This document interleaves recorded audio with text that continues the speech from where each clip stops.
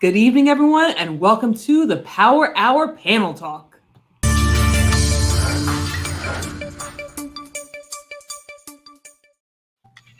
Thank you so much for joining us this evening. This is the Power Hour Panel Talk, where we get together and discuss current events. Now, there's a lot that's happening. I mean, the news cycle is constantly giving us material to work with. I don't know what's going on with the past 7 years, but the news cycle has definitely been giving us lots and lots of things to roll with. So let's talk about something that everyone has had on their mind, or really on their face, and that's masks. And we'll go down to the great state of Texas, and we now see that Texas will no longer require masks. So, Wade, what do you think about Texas no longer requiring masks? Hey, everything's better in Texas. I mean, I think Texas is such a unique state to the entire United States as a whole. There's nothing like Texas. At one time, Texas was its own republic. It was independent. Then it was brought in, and hell, if things keep up, they're going to try and go independent again. They already have their own independent power grid. They already have their own independent financial capabilities. So at this point, screw it. Let them roll without it. I mean, really, let's be honest. And I'm going to stereotype here for a second, because I know there's more in Texas than just a bunch of ranchers and cowboys and cowgirls and things like that. But when you're sitting on a horse around a bunch of cattle, do you really need a mask? So true. Now, many people have called this very controversial. So Texas is the first big state to say, hey, we don't want masks. So I know Gavin Newsom called Greg Abbott irresponsible because of this. So Sohaila, what do you think about Texas no longer requiring masks? I think it's great. I think they're finally standing up for what I believe is right. And look, if the people still want to wear masks, then let them wear masks. But at least it won't be mandatory, and they'll be able to choose what they want to do. If they feel more comfortable wearing a mask going outside, then wear a mask going outside. If you don't feel like it, don't. Goes back to your choice. Exactly. So I think I'm the minority here, and I feel like I'm the minority a lot of times. But in regards to masks, I do think that the masks are okay. If you tell me that I got to wear this cloth thing on my face in order for everything to open up, in order for life to have some kind of normalcy, I'm okay with that. I was never against the mask. I know people are saying, oh, my personal freedom. I would rather everyone wear masks and all businesses can open up, that people can go to dining. I believe that the masks were okay. I don't think the mask was the issue, but I think we did have to do the either everyone wear masks or it's really not going to work. So if it's not working, it's not working. Texas, if people are not wearing the mask in Texas and no one's enforcing it, then it looks as though this is the direction that Texas had to go if that was the case. But again, I was all for masks because if masks gave us the ability to open everything up and go about our daily lives, I was all for it. Now, Governor Greg Abbott is not only saying that starting March 10th, people no longer have to wear masks, he's also opening up indoor dining. Now, again, people are saying that this is quite controversial because they're saying that indoor dining is one of the ways that COVID-19 really did spread because of the way that air circulated. But as we see with many restaurants, they're doing outdoor dining, they're just building indoor structures and putting it outside, and it's really the same thing. So what do you guys think about the indoor dining as well happening in Texas? Well, Wade? So I'm more of a common sense kind of person. All right. So if you tell me you got to eat outside or they got to move outside because of restrictions, to the amount of people in the restaurant at one time. So you put people outside. Well, you want to make those people comfortable. So you put a shelter over those people. And then it's sweltering in Texas. So you put some walls up and you put some AC in there. Now you're back inside. Right. We have the same problem here in Virginia because it's so cold in the winter here. Mm-hmm. People are building or renting those large event tents and putting heat in them. It doesn't make common sense. Right. So I'm going to go with the statement of I always believe to do what's right for everybody to work together, but don't tell me how to do that. When you tell me how to do that, then I don't want to do that. So if you release the mask mandate and you feel you need to wear a mask, please wear a mask. If you feel you don't need to wear a mask, don't wear a mask. If a restaurant says we won't let you in without wearing a mask, that's their right too. So I think everybody just has to come to this common ground of we all have difference of opinions, but we got to find some way to work them out. Yep, I agree. Yeah, and it's the same thing here. You know, they're having people go outside. Well, they're doing the same thing. They're putting up the tents. They're putting up the walls. Well, okay, what's the difference? I'm on the sidewalk and it's closed. So why can't I just go inside and eat? And it's warmer in there. What's the difference, right? So yeah, it's the same here. It doesn't make sense, and that's not common sense at all. And again, you know, if it goes to choice again, if you feel more comfortable wearing a mask, then go and wear a mask. If not, then stay home. You know? Exactly. Now, as we're coming to the end of the year of COVID-19, not the end of COVID-19, but the end of the year, because it looks like it's about to be an entire year where things have been shut down. Many people, about a year, many people are just fed up. And no matter what the state is telling them, many people, many communities are just not listening to the mandates anymore. Mm-hmm. We see that, we saw that was happening in Texas. So now Texas governor has stated, listen, no mask and everything's opening back up. And I know Wade and I was talking earlier, we see that Gavin Newsom is saying that the Texas governor, Governor Abbott, is foolish and reckless for doing this. And then we see that Texas has a different view. At the end of the day, we're not going to know who was actually right until 2, 3, 4 years down the line when we really look back at the data. And in all actuality, hindsight bias is really 2020. You're not going to really know until we look back. So we're having two huge states do two completely different things, and they're both doing it in the interest of the people and what they think is right. And we're not going to know who is right till 2 to 4 years down the road. And then we have this panel where we completely disagree, where I disagree from Wade and Sohaila, and we won't know who's right till 2 to 4 years down the line. Write that down. Write it down and we'll see. State. Someone will say, I told you so. Right? Yeah.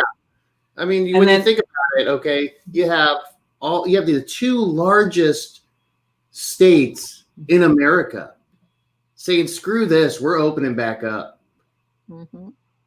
If in 30 days they haven't had a major rise in COVID or deaths or anything like that, then there is absolutely no reason that other states can't open back up either. Agreed. I agree.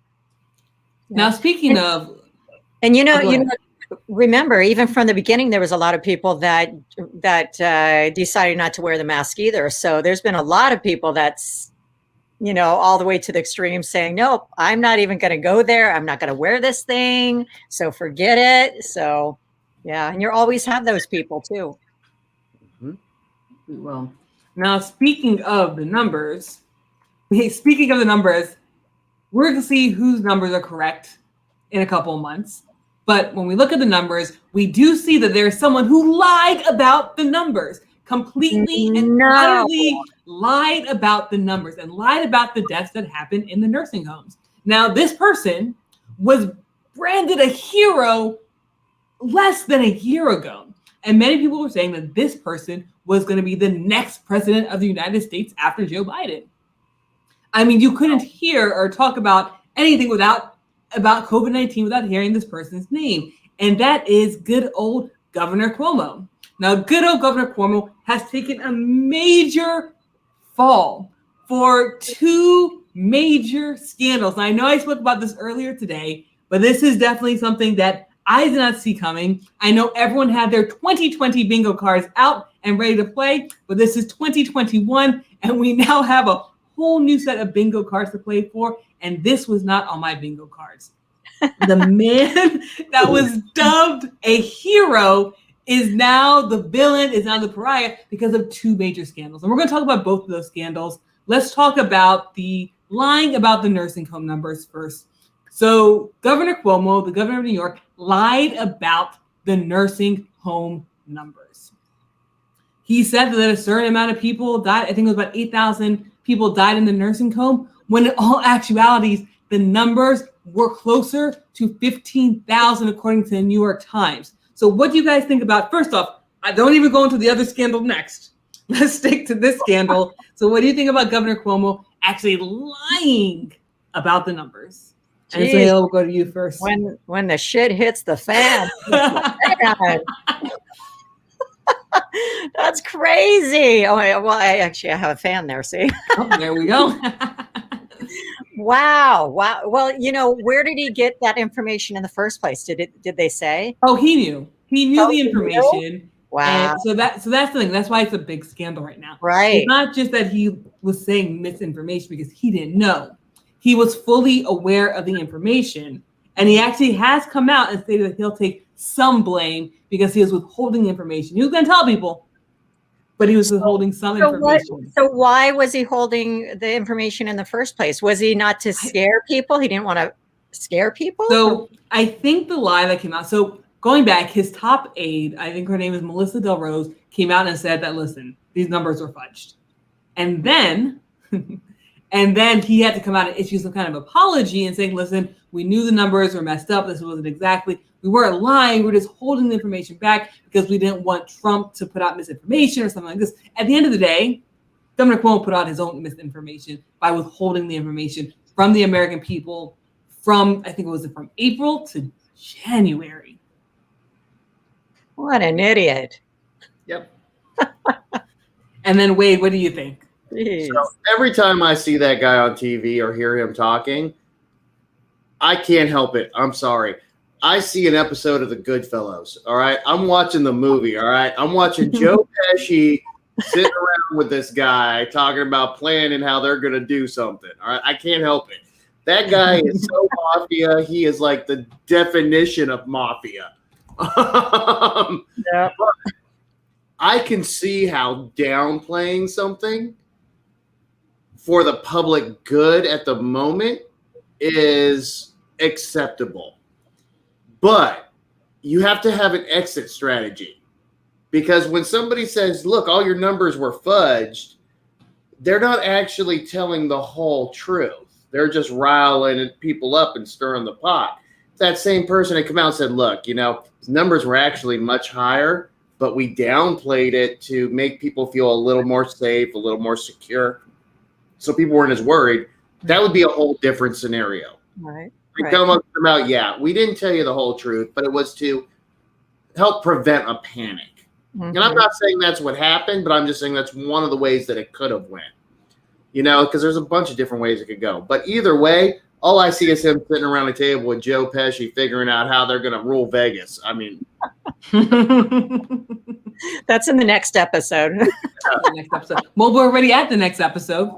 Again, in this episode of Sopranos, not only the Governor Cuomo has to deal with this scandal, he now has a completely different scandal to deal with, and that is the scandal of sexual harassment. Now, back in December, one of Cuomo's former aides released information, I think it was via Twitter, saying that Governor Cuomo made sexual harassment, was basically sexually harassing her. And then a few weeks later, another aide came out and said that Governor Cuomo was sexually harassing her as well. I think one aide he tried to kiss, another aide who was much younger than him, he started asking her questions about her sex life, started asking her if she has been with an older man. And then he even asked her if she was in a monogamous relationship. And as we all know, when you're the boss, those are not the questions that you need to ask. And as cringy as these sound, it doesn't stop there. Because another woman has come out this week and stated that at a wedding, so not even at work, at a wedding, he was very aggressive with her. He went up to her, started touching her, grabbed her back and said, "Oh, can I kiss you?" Again, he didn't know this woman. He just decided that it was within his power to go up to her and kiss her. And then he did try to kiss her. I think he ended up kissing her on the cheek. So what do you guys think about the sexual harassment the alleged sexual harassment from Governor Cuomo? He just can't get a break, can he? Well, I say throw a book at them. If they have all the evidence, throw the book at them for sure. You know, a lot of people, what happens is they feel that they're so high level that nobody could touch them. And you know, again, the shit's going to hit the fan sooner or later. You know, and so he's getting what he deserves then, if it's all true. And then Wade, what do you think? So I'm a kind of person that likes to aggregate data and review it. And I haven't really read anything on this. But what I will say is that there is a difference in the generations, and I'm not saying it's right, but there's a difference in the generations of people that can cause misconstruing. And I'm not saying that happened in this case, but I'm saying a lot of these sexual harassment cases nowadays, there's a misconstruing. You know, I know of one guy who was just being friendly with his secretary and got in a lot of trouble. Just being friendly. Hey, how's your day? Things like this. And got in trouble for sexual harassment because she felt he was being too friendly. So, I mean, there's a generational issue there. But if you're grabbing someone and trying to get a kiss from them or trying to do things like that, that is a problem if it's true. Mm-hmm. But I haven't seen enough to actually make a educated statement on it. And where's that fine line as well? So and why didn't they speak up then? If they think that they're getting, you know, somebody's getting a little too close, then nip it in the bud right there. So right. It's their problem too. So they have an issue too for not speaking up in the first place when this all happens. So, and this always happens for people. Yep. For some reason. Whenever there is somebody in the spotlight, you never hear about this from a regular person. And what I mean by that is a regular boss that's working with people. You never hear of this one person came forward, and then later that week, another person came forward. Then later that week, another person came forward. It's only usually people in the spotlight where somebody's getting their name out there for some reason. Mm-hmm. So I'm not saying that disagree. I always find it interesting. So I'm going to disagree with that. So in terms of sexual harassment, I have seen outside of the public eye. And the reason why maybe we don't hear about it is because most people try to keep it quiet and they try to sweep it under the rug. So if it happens, let's say, at a law firm, and then one person comes forward, and then someone else hears that the person came forward, and someone else comes forward, essentially what they want to do is either pay them out and keep it quiet, or they try to deal with it in litigation where it can't really come out. So for the most part, huge organizations try to keep it as quiet as possible, and then smaller organizations, there's not too many people in those smaller organizations, so you won't hear about it as much. But it does happen, and it does happen outside of the spotlight as well. But I will say this: out of the women that I know, I will say, I'm not even going to give a number because I don't want to put too many people out there like that. I know many women who have been raped. I know many women who have been raped multiple times. I've been in situations with women where I've sat with them and I'm like, look, you have to go to the cops because he's going to do it to someone else. And at the end of the day, they say no. They don't want to come forward because, one, they don't want to have to relive that experience, because if you take it to court, you have to relive it. In terms of rape, in terms of being sexually assaulted, there's not always a lot of evidence. And when there's not that much evidence involved, the case can go nowhere, and women feel as though they have to relive that experience again in the courthouse in front of people and then have nothing come of it. And then some women just don't have the strength to actually just go and do it. But after a certain amount of years or time goes by, they feel as though they have the strength, and that's when they try to come forward because they feel as though they can handle it. So with the question, I think, Sohaila, that you posed is, why didn't they say it then? Is a lot of times, one, they don't believe people will believe them, or two, they don't want to relive it. And if we look at the bigger cases, right? Mm-hmm. If we look at the cases like Harvey Weinstein or Bill Cosby, these were very powerful men. So we're jumping back into men in the limelight. These were very powerful men who literally, if you were an up and coming actress and you said that Harvey Weinstein raped you, no one was going to believe you. People would think that you had a vendetta against him, or maybe you were upset because you didn't get the part. People would not believe you. So when you're isolated and when you're by yourself in those situations, you don't feel as though you have strength. But the moment that you hear that someone else did it, you're like, that happened to me too. And that's when the strength comes in numbers. And that's when you see with very powerful men, you'll see something start to happen once more than one woman starts to speak. Mm-hmm. So, there's two sides to it. I understand that. And and I understand. I mean, I was sexually abused before, and and verbally abused, and it was tough. It was tough to get over many years. But when you have enough of something, you have enough, and that's what will happen. But these women have to be stronger as well. They have to learn to be stronger, and it is a catch-22. It's like look at all the women in the Marines. That is, sexually assaulted or raped as well, and they do try to take it somewhere and nobody believes them, or they throw it under the rug. So, I mean, there's a lot of issues going on, and, what is right, what is wrong. You could do your best, but it's sad. It's really sad. Yeah. And I think there is a big difference between rape and harassment. Mhm. And harassment to me is such a broad term. And I'm going to go ridiculous here for a second, just to emphasize a point.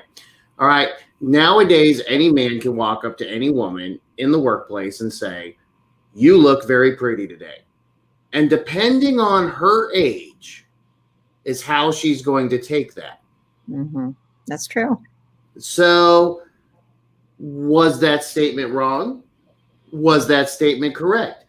If that same woman walked up to any man in the office and said, "You look very handsome today," would it have the same effect? So I'll say this: now that we're jumping into the world of Me Too, and we're seeing that lots of women are coming out with these claims of sexual harassment, we're actually seeing it happen on the other side too, where guys are saying, "Hey, listen, I don't like this. Like my female boss, she was harassing me too." So we're seeing that more men have a problem with it than what we think they do. Mm-hmm. And when talking to guys, so I talk to my guy friends all the time about this because they're like, "I don't know what I can say," and I always say, "Listen, if you would say it to your male colleague," and again, I said male colleague, not male friends, because a lot of time guys will joke around with each other. So if you would say it to your male colleague who you don't have rapport with, then I think it's appropriate to say it to another woman. Because for the most part, if a man goes up to another man who he's not close with and he's like, "Oh, you look really pretty today," that guy is probably going to have a problem with it as well. He's like, "Oh man, what's wrong with you?" Mm-hmm. If they don't have the rapport. So I always say, if you would say it to your male colleague that you don't have good rapport with, then it's appropriate. Then that's appropriate to say to your woman colleague. Yeah, everything's very, very touchy these days. I mean, even when you just go to somebody, "Hey, how's it going?" It's like they could even take that wrong. It's like, this is getting ridiculous. But where's that fine line? And if they had a problem with something, it would be great to actually have the strength to go up and say, "Hey, you know what? I don't like the way you talked with me there. What did I do? What did I say? I didn't mean it that way." So, a lot of things are misconstrued with something more when it probably wasn't. So, there's a lot of underlying things going on, right? I know a lot of people nowadays that, especially younger people, misconstrue someone just being nice as flirting with them. Right. Because the younger generation has lost the interpersonal skills of talking with people because everything is going through digital medium, and it's really right there. Say, "Hey, how's your day?" Or, "What kind of day did you have?" People are going to perceive that differently via text through these digital mediums. Whereas when you're talking in person, if I'm talking with one of my female friends, I definitely have a different tone than I have with one of my male friends. All my female friends are about my same age, so they understand the difference between flirting and being nice. Whereas some of these younger females don't. They don't need. So I'll say this, and the difference also with the younger generation is not just the younger generation to young. Because I think a lot of times when it's a younger generation to younger generation, they won't see it as flirting, but there is a connotation of the creepy older man. Because a lot of times the sexual harassment is actually happening not between peers that are necessarily the same age, but the boss who's a creepy older man. So there's more of the danger alerts going on with older men. And that's unfortunate for you. And often it is unfortunate for older men, but a lot of times those sexual harassments, those comments, those touches will come from men that are older. I'll have to say, even myself, younger younger guys will have more of a respect for my personal space, for the way they talk to me. And don't get me wrong, I joke around. I joke around with my guy friends all the time. Sometimes the joking around can be inappropriate, but that's just me with my friends. But I remember I was at a Thanksgiving party, and I was there with my significant other, and the person knew that we were together, and just because I was friendly with that person, and when I say friendly, I mean we were just I spoke to him. By the end of the night, he thought it was appropriate because I spoke to him. Again, he was older. He thought it was appropriate since I spoke to him that he could pick me up and bear hug and try and turn me around. That's not okay. That's not okay. But I think there's a level of disconnect when it comes to the generations where maybe he does that with older women he knows, but I myself wouldn't know an older woman who would do that. But I know that none of my younger guy friends or even younger guys I just meet casually I've never had that issue ever happen before. So I know me, I have no issues telling another guy that he looks good. I see a guy come in a nice suit. Damn, man, that suit looks good on you. You know what I mean? Do you see the difference? Do you see the difference? I'm gonna laugh because someone told me that, because they told me that when I'm talking to women, lots of times they misconstrue it as flirting. So I'm like, oh my gosh, this oh, you look good. And they told me to make the clear distinction. And someone told me, if you say, hey, that suit looks good, versus wow, you look good in that, there's a distinction. So I think that's something else as well. I think a lot of times, and I don't know about you, Wade, I think a lot of times when guys give other guys compliments, it's more along the lines of, yo, those shoes are dope, or wow, that suit looks good, or you make that suit look fly, and not, wow, you look hot in that suit. I can go with that. I mean, I'm normally about the same. I'm like, damn, that suit looks good on you. Whether it's a male or a female, is that tailored? Where'd you get that? I want to know. It doesn't matter to me, male or female. If it looks good, it looks good. That's what it is. You're coming in and you're looking good. But some people, the younger generation, take that as a harassment. And you really do have to watch yourself. It's almost like keeping a proverbial tack in your shoe. So when you're talking to someone younger, you step on that tack to remind yourself, I got to interact differently. This is what's going to happen. Everybody is going to be texting each other in their business, offices. Get that message? Okay, good. Yeah. So I'll say this again in office. Oh, go ahead, Wade.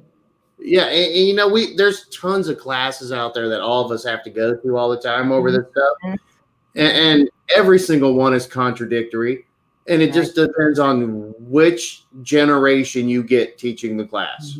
Yeah, I agree. Yeah. Now I'll say this with the suit comments, right? If you're someone and you see this, and again, this is really common sense, right? So if you're in the office and you see that there's someone who compliments everyone that looks good, if he says to his male coworker, wow, those shoes look good, and then he says to his female coworker, wow, that person's rocking, you can almost assume that that's not sexual harassment. But if you have a guy in the office who only pays special attention to females, I think that's something else that draws the line as well. Absolutely. You got to Yeah. be an equal opportunity hater. You got to hate everyone equally. I had actually a friend, he was a dentist many years ago, and he called me like, it was like during the day, and he said he got fired. I said, why'd you get fired? He says, because they said I was doing sexual harassment. And I said, what'd you say? He says, I just said that these women look beautiful in the office. It's like, you can't say things like that anymore. Oh my God. Yep. Oh, and God, don't. Oh, whatever you do, don't tell them that they need to do something with that hair. Whatever you do not. If they walk in looking like they stuck their finger in a light socket, it is okay. Yeah. Jeez. So a lot of times when it comes to sexual harassment, after I say this, we're going to go to the comments. So a lot of times when it comes to sexual harassments, we don't see too much of it as coworker to coworker, because a lot of times when you're on the same playing field as someone, you do joke around. I think when we're really seeing, especially now that we're seeing these big cases come to light, it's usually men in position of power. Mm-hmm. Now, when you're in a position of power, whether you're the boss, the manager, the president, any type of position of power, you have to be careful how you speak to people under you. Because I know with you, Sohaila, you're saying that why can't people just say, hey, I'm uncomfortable with that. Mm-hmm. If you're talking to a coworker, it's a lot easier to say I'm uncomfortable with something than it is to say to the governor of New York. Mm-hmm. So I think when men are in a position of power, they are literally in power. And when you use that position of power as a tool or the vehicle to make sexual remarks towards people, that's also when it's a bigger issue. Mm-hmm. Yeah, because, as a boss, you should never be asking anyone about their sex life. I agree. So when we see a lot of these cases, we do see that there is a power imbalance, and that's where sometimes it can become where if it was just coworker to coworker, it wouldn't necessarily be sexual harassment. And again, it depends what goes on in your workplace. Because I know there's workplaces where everyone talks about sex with their coworkers, and there's workplaces where you do not talk about sex with your coworkers. But once that there's not a balance of power, there just should not be those kind of conversations. No. Right. I agree. Right. Yeah. No, I think the closest conversation I've ever had to that, and I'll throw myself on the sword here, was with my admin when she got pregnant. I said, how in the hell did you get pregnant? Immaculate conception. Right. Well, she had her tubes tied. She goes, I don't even know how I got pregnant. Dang. And I'm going to say, it even goes common sense, where you guys have a close enough relationship where you know that your admin had her tubes tied. So I do think right there that's appropriate. So, but not necessarily. I got to put this one up. You are 2020. You are the dumpster fire of 2020. How did you get pregnant with your tubes tied? Wow. So let's go to the comments really quickly before we change topics. So Joanna says, exactly. Plus they had a leader who got away with sexual harassment. So these men think it's open house. Yeah. Angel says they have to make a report ASAP. I think they wait until they know if this is a good time to make money. Honestly, most of them don't make money. Unless you're Stormy Daniels. Yeah, right. Well, Stormy Daniels was making money before everything came out. She didn't. That's the thing. Stormy Daniels didn't even file anything. They just got caught up because they allegedly bribed her. Well, that's what she got. What? She got a bonus check. Yeah, exactly. So Joanna says, it's such a different time now, in a way very sad, because I remember working in a hospital years ago, and my coworkers, even doctors, would compliment us. They would joke around, and there were hugs, etc. You can't do these things anymore. I'll say that hugs are not. Hugs don't hug in the office. You guys are cool outside the office hug, but I wouldn't necessarily. Yeah, well, she's right, though. I mean, years ago, we were just so open and so nice to everybody, and hugs and kissing. And, even in Europe, you get the smooches, you get the two kisses. I mean, it's so normal in Europe doing that.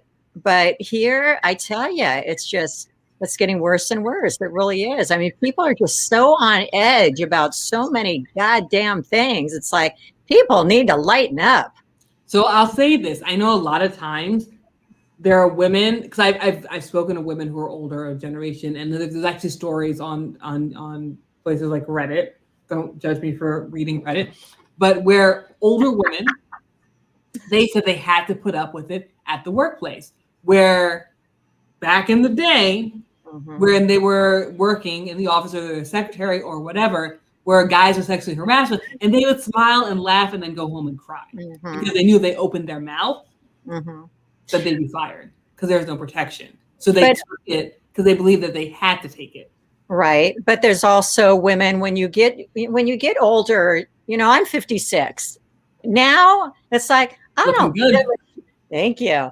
I don't give a shit. If somebody says something, you know what? I'm going to say something. I'm 56. I don't give a shit anymore. But you're also in a different position because you work for yourself. You're an entrepreneur. Right. There's no one above you that's going to fire you.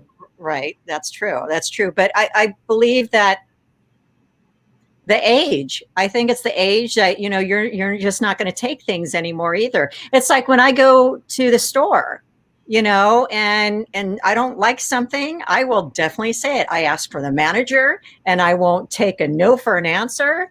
And of course, I'm not talking about any sexual things. No, but if I know that something's not right, I'm going to say something.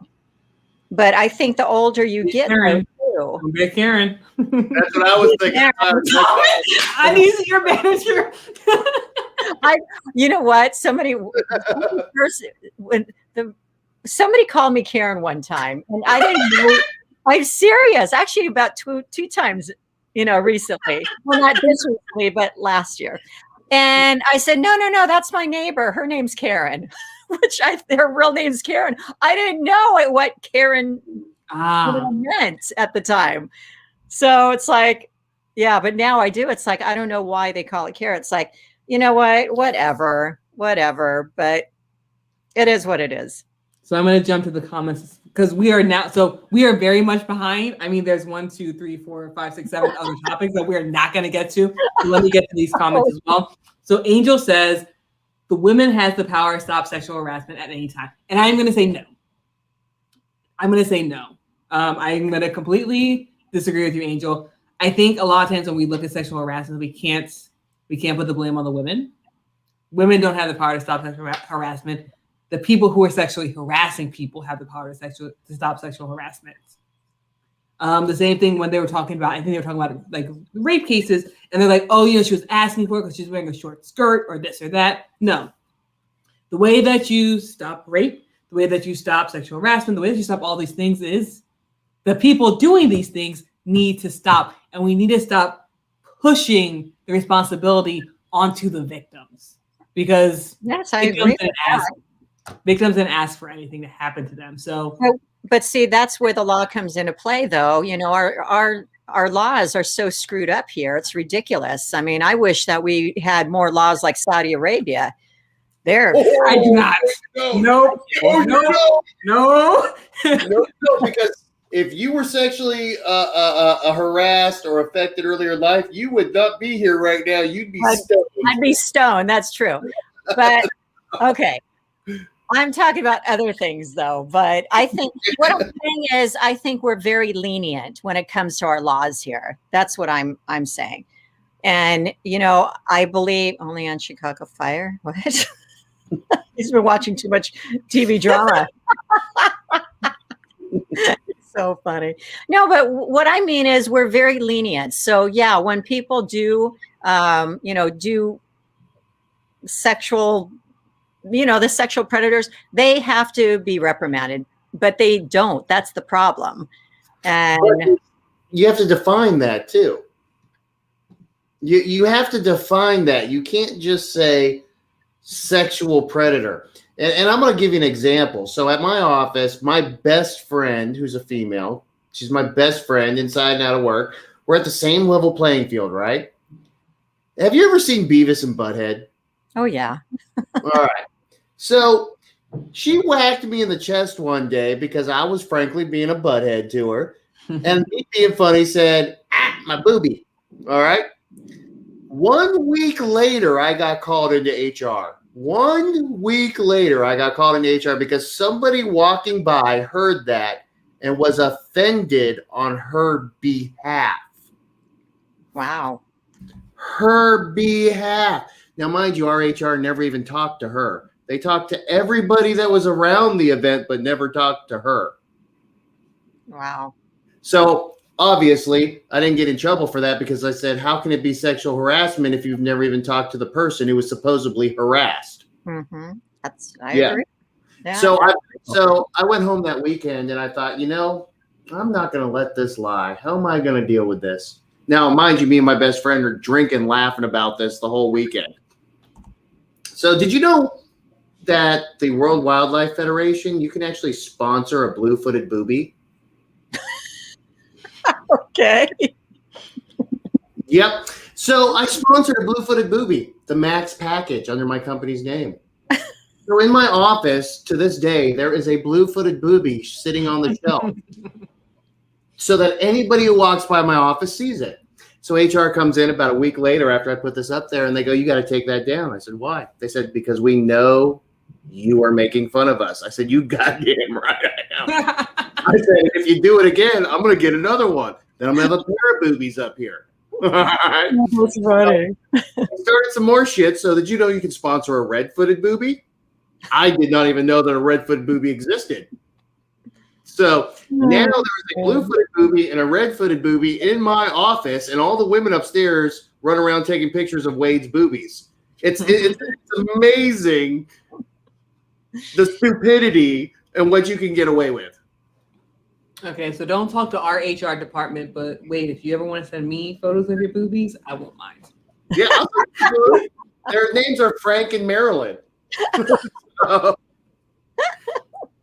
Okay, guys. So this is sexual harassment. The last comment I'll read out is from Joanna. She says that was a Karen, talking about the whole boob story. Now we don't have. So I am not going to talk about. We're going to talk about immigration today. I don't think we have enough time. We have like 17 minutes left in this broadcast, so I'm going to save that for later this week because we may be going back later this week.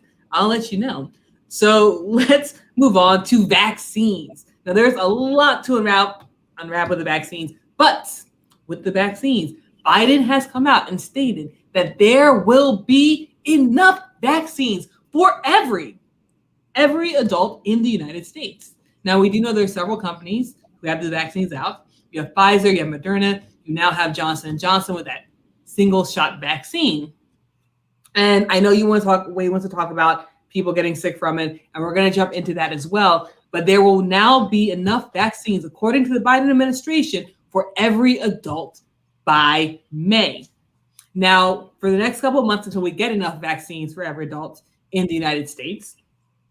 So for this next round, the Biden administration wants to focus on schools. So they want to focus on teachers, administrators, school staff, and child care workers. Those are going to be the next in line, the next essential workers who are going to be in line to get the vaccine. And I'll tell you this, the school districts, I spoke to several people in different school districts, are trying to get people in line for the vaccine. Now, they're not doing it correctly, but they're trying to fall in line with the Biden administration's call for teachers to get vaccines. Now, here's an interesting story, and this is coming out of a district. Someone called in and told me this when they found out that I was going to be talking about this. And basically, there's this one district in the United States where they basically sent out a message and said, hey, guys, we have 5 vaccines left for this district. First come, first serve. So rush down to the district headquarters to get your vaccine. This is literally what they stated in an email. So teachers were rushing, and then teachers were writing in why they should be the one to get a vaccine to see if the district could put it on hold. So basically, it was Hunger Games for the vaccine for that school district. So running around with those arrows. That's terrible. It was terrible, but that is, I mean, these are the stories that people are telling, because people are calling it. It's like either the Hunger Games or an SNL skit. Like, it really is. This is what's really happening in real life. So what are your thoughts about Biden stating that there's going to be enough vaccines for every adult by May in the United States? Well, they can have mine because I don't want it. So take mine. Go ahead. Just one more for you. Well, if he could get them, I think that's great. That's all I could say with it. That's a bold statement. Not yours, his. That's a bold statement. You're gonna provide something for every man, woman, and child. Not child. Not child.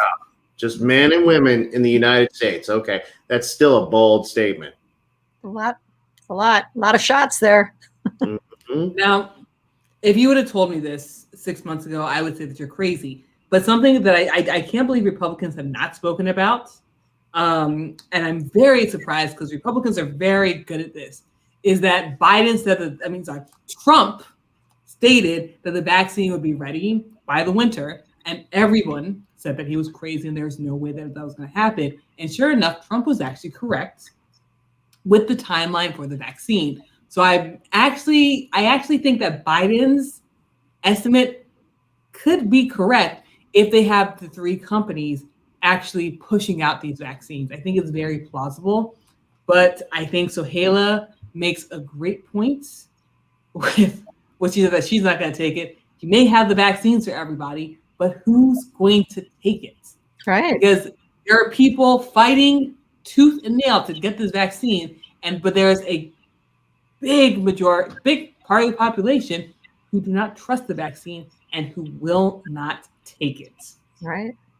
I don't trust it, but that's me. That's when I was down at Fort Benning, Georgia, going through basic, you go into this room and you get a bunch of freaking shots, and they don't tell you what you're getting shot up with. All you know is you're getting a bunch of shots, and you're getting it with both arms, and that's what you're getting, plain and simple. And I liken that to the vaccine. You don't know what you're actually getting. So I'm going to stick with my original statement with you never get version 1 of anything, whether it be a cell phone, a video game system, or a car. You never buy version 1 of anything. Yeah, I agree. I think Joanna agrees with you. She says, not me. Yeah. Now, don't get me wrong. I'm not opposed to the vaccine, but I want to wait a little bit and see what happens to everybody else. If we have a zombie breakout or something else. So, what was that movie with Will Smith? And they all took the cancer vaccine, and they all turned to zombies. I Am Legend. I Am Legend. I know people have been equating it to that. I am right now on the fence about taking the vaccine. By the time it comes to me, though, I think we'll have a fair amount of data to say whether I'm going to take it or not. I'm leaning towards yes right now, mostly so I can travel. Selfish of me, I know. But if I have the vaccine, I think it'll open up for more traveling, even more speaking gigs. Because I know I won't step foot in Florida without a vaccine. But the thing is, though, you're going to have to prove, even if you get on a flight, though, you're going to have to prove that you got the shot anyways. So that's what I'm saying. So I think I may take the vaccine just to continue with my life. Right. But by the time the vaccine comes to me, so Biden said May, so we'll look in May. I think there'll be enough data out for me to weigh my options. Mm-hmm. And I think I am going to go with the single shot Johnson & Johnson if it's provided to me, because I'd rather have one shot of something than the 2 shots. Mm-hmm. But again, so I can continue my life. I want to continue traveling. I don't know if countries are going to let people in without the vaccine. And if I can get it now rather than later, I'd rather get it now and not have to wait. I think remember, vaccine doesn't mean that you're immune. Oh, I know. It doesn't mean anybody's immune. That means you can still carry it from point A to point B. Mm-hmm. It's just not going to be as severe for you. And I know. I think even as we come to the end of COVID-19, I think we're in for another year. I think 2021 is going to be a year of COVID-19. But I think as we come to the end of it, as we approach 2022, because I do have some plans that I want to travel for 2022. I think we're going to see a vaccine passport type of thing where you won't necessarily be able to travel in and out of countries without the vaccine. And I think that's the main reason that I'm looking to get it. And that's, again, looking ahead to 2022. So I think it's going to stop you from entering several countries. Probably not Central or South America, but Europe, like Western Europe, I think there's going to be a passport vaccine type of thing. So, and the other thing that I haven't heard about is let's compare it to the flu vaccine for a second. You need to re-up every year. Do we need to re-up the COVID-19 vaccine? Well, we actually may need to, because that's something else that I was we were looking at. So I know the one thing is with the flu, we never know what flu is going to hit us every year. So they do research and they create the flu vaccine to combat the flu they think is going to hit. That's why some people get the flu vaccine and still get the flu, because the flu vaccine that they got is not the flu that they caught. And people don't understand about the flu vaccine. And now that we're looking at COVID-19, we see that there's different variants. We have the UK variant, we have the California variant, we have the who knows variant. And they're saying that certain vaccines are not effective against some of the variants. I know that I think it was South Africa is choosing one vaccine over the other because they know the variant that they have in South Africa reacts better to that vaccine. So we may be in a situation where every single year you have to get the COVID-19 vaccine like you get a flu vaccine. So we may be coming to that sooner rather than later. Yeah, I like the who knows flu shot. Who knows? Let's take the damn shot. I mean, Mel's right. I mean, they do. Every year they make their best educated guess. Yep. Well, I don't like shots. I haven't had a shot in ages, and I don't plan on doing it soon. It takes 3 people to hold me down, and one of them's usually my wife. The other 2 are usually orderlies, and then there's a doctor with a needle. So now looking at this vaccine as a whole. So when May comes and there's enough vaccines for everyone, do you guys think enough people are going to get the vaccine come May? Well, there's going to be enough for everyone according to the Biden administration. Do you guys think that enough people are going to get the vaccine in order for it to work? Because with vaccines, it doesn't matter if you have it, if everyone around you doesn't have it. In order to stop the spread, a certain amount of the population has to have it. Do you guys think enough people are going to take the vaccine come May? I don't believe so. I don't think so. I don't think so. And mostly, and I base it off the fact that you have anti-vaxxers right now not taking vaccines for, the standard flu shot. I mean, we're bringing back smallpox and everything else that was eradicated. And we're bringing it back because people are too dumb to get their vaccines. And like I said, I'm not saying that I'm opposed to it. I'm just saying that I'm not buying version 1 of anything. And I'm not getting any vaccines, and I'm not dumb. Yeah. Oh man! So I know we said that we were going to speak about immigration tonight. I just don't think there's enough time. There's nowhere close to enough time. But I do want to actually go to the comments really first. If you guys want a shot, come to Escantina on Friday night. So I guess Angel's giving out vaccines in the back alley. No, he's talking about the Escantina. Shot. So let's leave this on a stranger note. So I know we spoke a lot about current events and what's going on in the world, but let's leave tonight on a much stranger note. I know as we were talking about everything happening with COVID-19, we've been talking about people behaving weirdly or doing crazy things.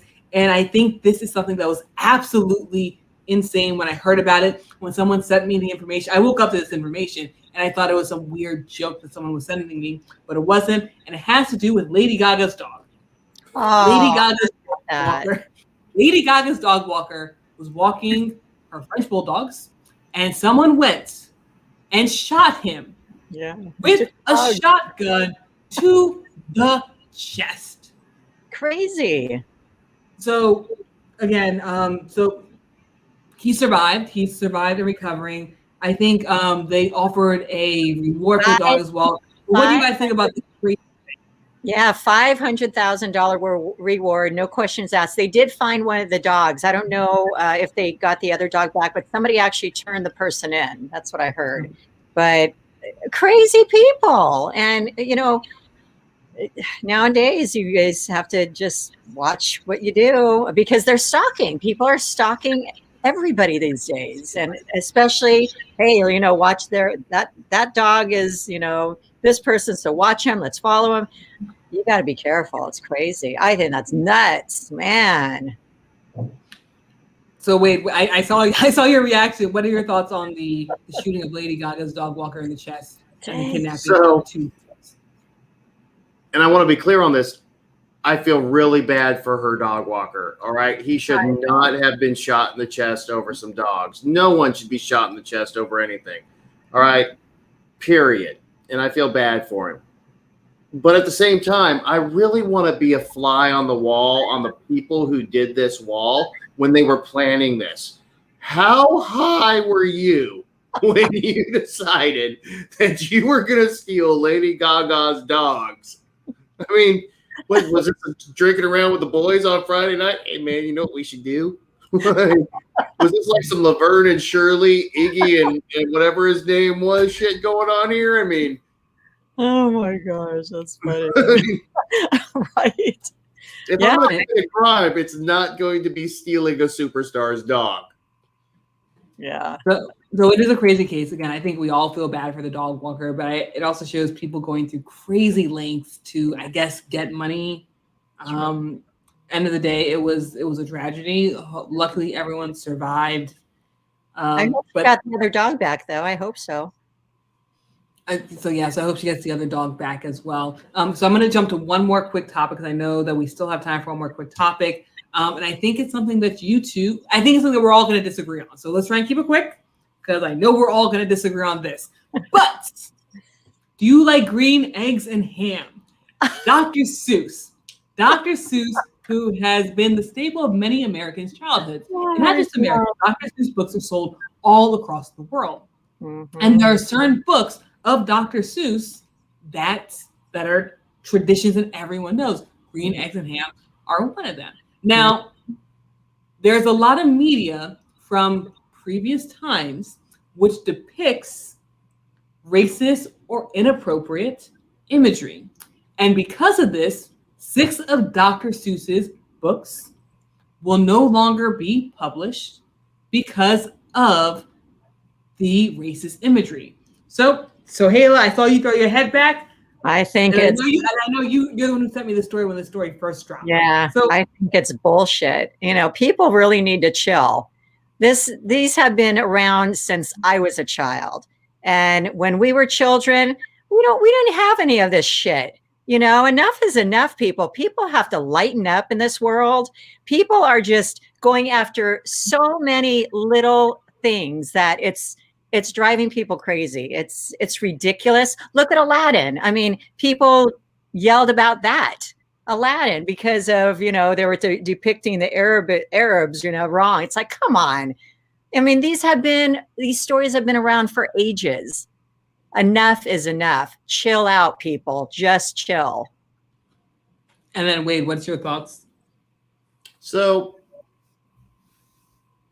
Dr. Seuss was not a nice guy. Nope. Not at all. He was not a nice guy. Does that mean that what he wrote, that all these years that people have used with their children or anything else should be wiped from history and everybody else's interactions? I don't think so. I think his contribution, the literary contribution, should be held separate from anything else. So let's look at Disney. Burr Rabbit. All right. Burr Rabbit was a big movie in its time. Now it's considered racist because it is racist. All right. And they removed that item. Okay. That doesn't mean they've shut down Disney.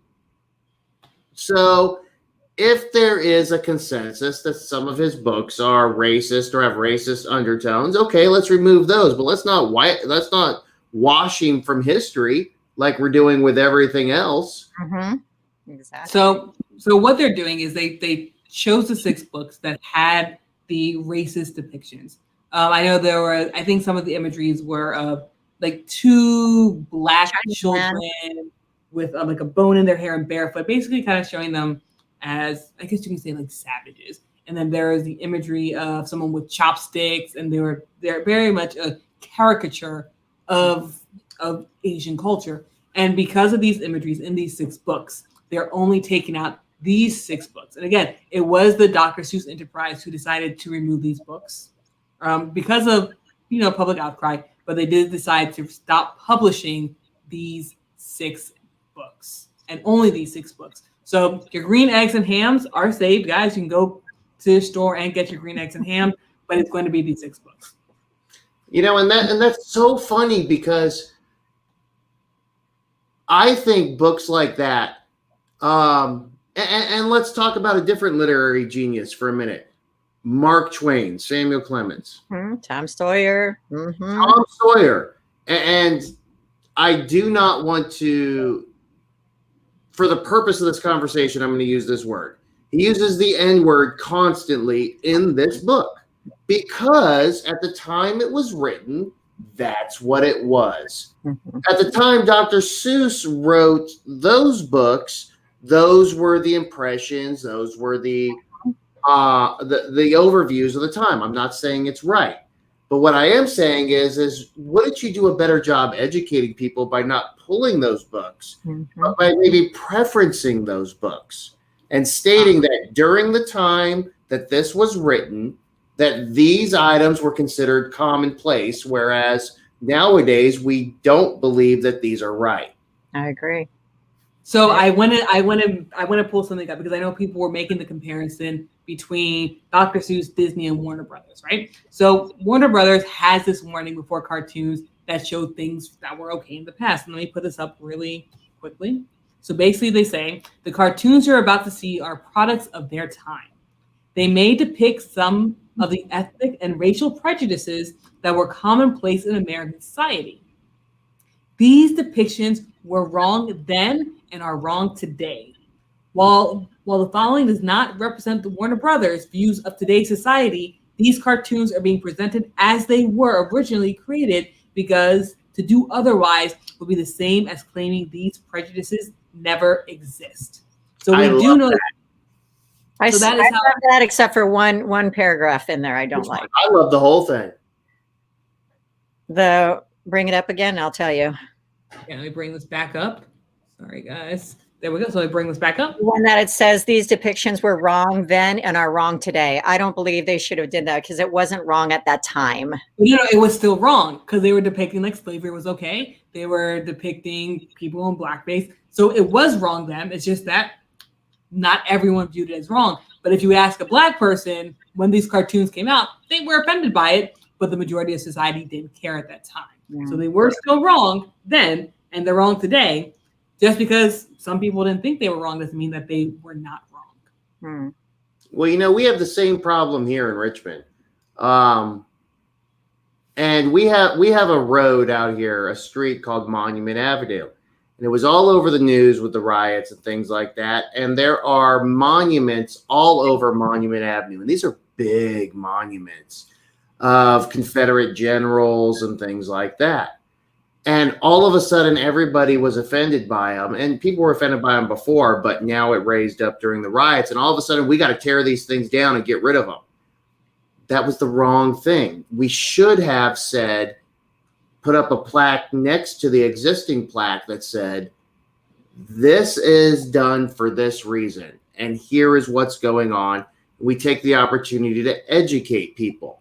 When we start removing everything from society, we are treating society and the people in society with kid gloves. Mm-hmm. We are saying that you cannot handle the reality of the past and the reality of the things that happened.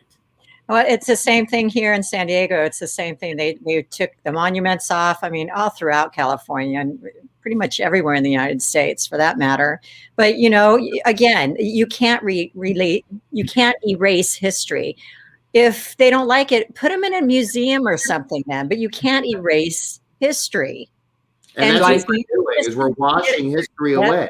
Exactly. And Exactly. if we forget history, we're doomed to repeat it, period. And that's the thing is once history is erased or quote unquote erased from our minds. So they erase from our minds, we are bound to repeat it like Wade said. Mhm. And I do like I was actually waiting to say exactly what Sohaila said, is put it in a museum. Right. I think we're moving in the right direction where we're saying that this image, these statues are not okay. And that we should not, in terms of the statues that show Confederate heroes, that it's not okay that we should hero worship these people. But I don't think the statues should be destroyed. I think a museum is a proper place for them. I think that a museum is a proper place for the Dr. Seuss books. I think the National Archives is another place for the Dr. Seuss books. We have to know that this point in history did exist. Correct. Absolutely. Exactly. I do think, though, with the Dr. Seuss books, them pulling the 6 books were okay because of the audience, right? So Dr. Seuss is presented to children, Mm-hmm. and children can't necessarily differentiate, like, oh, this was wrong then, and it's still wrong today, but people didn't see it as wrong then. So I think pulling something for minds that young is okay. And going back to Mark Twain, I think it's appropriate because you can give a high school student a Mark Twain book and be like, this is representative of the time period that he was in, and they'll have more of an understanding. But if you give a 3-year-old a book that shows Black people or Asian people in not great situations, they're going to start maybe seeing their Black or their Asian friends in that manner because that's how they make association. So I'm not too upset with them pulling the books. I think it's good they pulled the 6 books, not everything, and they did put a statement. But I think there are places for it, like a museum. Be careful, Santa Claus. Just saying. I mean, what are they going to do next? Tell Betty White she can't have her last name? I mean, she's older than literally sliced bread, all right? Older than sliced bread. So let's go to the comments really quickly. Joanna says, I guess they're going to have to pull Cinderella, Snow White, Three Little Pigs, etc. Right. Ridiculous. Right? It's ridiculous. Joanna Wade. And then she also says, or move them to a museum. I think everyone was thinking the same thing at the same time. Move them to a museum. Yep. I know when we're watching, what's that show? And I'm going to make it quick because we are way over time. I know that show, I didn't watch it, but like I watched bits and pieces of it. Bridgerton, that timepiece by Shonda Rhimes. So basically it takes place maybe like Victorian England, and the queen is Black. The prince is Black, and basically everyone's trying to date the black king, the Black prince, and like a lot of the women are white, so it's very mixed. And I like seeing a diverse cast. I think it's very appropriate to see a diverse cast, especially in a timepiece like this where it's completely fiction. But I think we also have to be careful when we do things like that, because if you start showing the younger generations more and more timepieces where you see like the mixed cast, they're going to think that that's what Victorian England was like, and that is not what it was like for Black people. So I think that diversity is good. I think we are moving in the right direction, but I do think we need things like, and I'll put it up one more time because everyone likes it. I think we do need things like this, like the Warner Brothers warning. Absolutely. Provide some context. Don't get rid of it. Provide context. I agree. Perfect. So I am going to call. We are definitely over. There is a possibility that we'll be coming on live Thursday as well. I'll let you guys know because we did not touch 50% of what we were going to touch. I know I told everyone that we were going to talk about immigration tonight, but immigration is such a big topic that the little bit of time that we had left, there's no way that we can have a full conversation. So maybe later this week we'll talk about immigration. And I would love to have Angel on the show when we do talk about it. Absolutely. Definitely. Yeah, AMLO and Biden was Monday they got together. So Angel has a lot to say about that. Oh, I know. So I think we're gonna aim to try and talk later on this week about immigration. So we'll keep you guys posted. But thank you everyone so much for tuning in. And then Angel says, one of my friends called me Canelito, the color of my skin. and never get offended. Yeah. Good. So guys, thank you so much for tuning in. Again, we come alive every single Tuesday night to talk to you about current events and just talk to you about things that are going on in the world. Now, I know we spoke a lot about different things. We spoke about the vaccine. We spoke about tax. We spoke a lot about sexual harassment. And we are going to bring you guys more and more current events. And we want you guys to write in and let us know what you think about these events that are going on as well. I think we are going to come either Thursday or some other day this week, and we're going to really talk about the immigration case. And if you guys want to hear more about current events, you can also watch me every single Monday through Thursday at 9:30 a.m. Pacific time for Live with Mel, where I talk about current events. And then we'll go to Who is to the Wade, talk about what you have going on. So we've got, we've got the Carrie's Soldier Girl Coffee, the virtual launch going on March 13th. We're getting ramped up for that. People are getting really excited. She just got her website up. It's sgcoffee.co. You can go and you can register for the giveaways. And the giveaways right now are a full basket with one of her coffee openers and coffee and shirts. And then we have a year of combat boxes from the veterans and from a veteran-owned company. And we're doing a year of premium membership at Smoke and Bacon. So a lot of good stuff going on the 13th. We're all really excited about it. Perfect. So I'm gonna sign up for those giveaways because I know. What's the membership? We gotta write that down. Yeah. And then Sohaila, so you're on that Hollywood squaring it. So what you got going on, Sohaila? So we have Coffee with the Queens on Thursday morning at 9:30 a.m. when we have the amazing Robert Garcia, and he is the warrior strategist. So come on out and watch us Thursday morning, and he's going to talk about how to get clear on your goals and to write your own paycheck. Woohoo! Yeah, exciting. So can I write myself a paycheck for $100 million? That's why I say 1000000. 1 million. Yeah. So guys, thank you so much for tuning in. And again, join us every single Tuesday night. That is 6:30 Pacific, 9:30 Eastern, and you can fill in between and all across the globe. So I do know we have some international people watching as well. So guys, thank you so much for tuning in. And this has been the Power Hour Panel Talk.